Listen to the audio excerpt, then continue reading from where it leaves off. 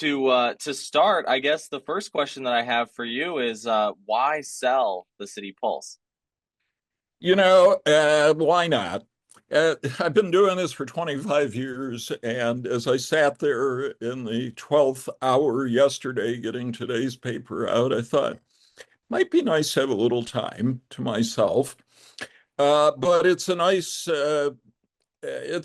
opportunity, I think, for City Pulse because this group that's buying it is very dedicated to maintaining and growing local journalism. And at my age, was looking for an exit plan. City Pulse is typical of a lot of small businesses. It's way too dependent on the owner operator.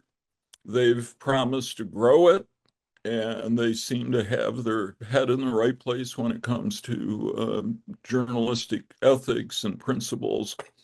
And so this just seemed like a good opportunity. Absolutely. And I mean you started City Pulse, all those years ago back in what was it, 2001, I believe. Yes. And I guess I'm just wondering like you probably had goals that you wanted with the paper. Did you ever see it becoming such a staple in the Lansing community? It's funny when people refer to us as, oh, that old newspaper that's been around forever. I laugh because we were the upstarts, and we faced a lot of challenges along the way. And it has, I guess, changed us. We're not as radical as we once were. We are a little more careful about what words we print than we once did, but the main principles of City Pulse, I think, are what have kept it going. We're incessantly local. There's very little in the paper that doesn't relate directly to what's going on in Greater Lansing. And the our audience falls into three categories: news, arts and entertainment, and events listings. We've made sure that we have maintained all of those. So I don't know what I was thinking when I started this thing. This was a half crazy idea born of too little planning. But it must have been the right idea at the right time because we've held on while other printed media has really declined, unfortunately.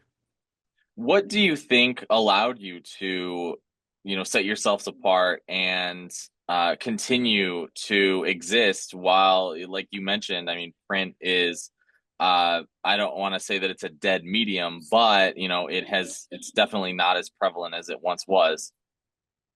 A lot of it, I think, is it's easier when you're small and you can turn on a dime. Uh, uh, Big companies with lots of overhead, lots of employees, when the economy turns bad, they're not necessarily in a great position to adjust quickly. When you're small, you don't have nearly the overhead that others carry. You don't have to worry about what quarterly dividends might be. You may put your check in the drawer now and then, as I did quite a bit over the years. Uh, but uh, but I think being able to reach out to members of the community to say, we're struggling. We need your help. We've grown a big readership contribution base. Really started during the pandemic. We developed a 501(c)(3), and the folks who want to maintain local journalism appreciate what we do, and advertisers have stuck with us in many cases. And I actually am seeing a renaissance in our advertising base just in the last year or so. Uh, it's like vinyl records coming back. There's an audience for print. Yeah, wouldn't that be awesome, man? And you see, I mean, you mentioned like cassettes probably. I mean, like you said, vinyl print. I would love to see more people just reading a physical paper. That would be great. You mentioned at one point that City Pulse was looking for the right buyer. Now, I'm wondering what makes Michigan Independent Media Group, what makes them the right buyer? I think the fact that independent is in their name kind of sums it up. That they definitely are not worried about quarterly dividends. They've raised a lot of money. Two of their principals have a long history of and knowledge of fundraising. They reached a major fundraising goal before they bought me. And they are three out of the four of them have no journalism background. However, the fourth does have a solid journalism experience.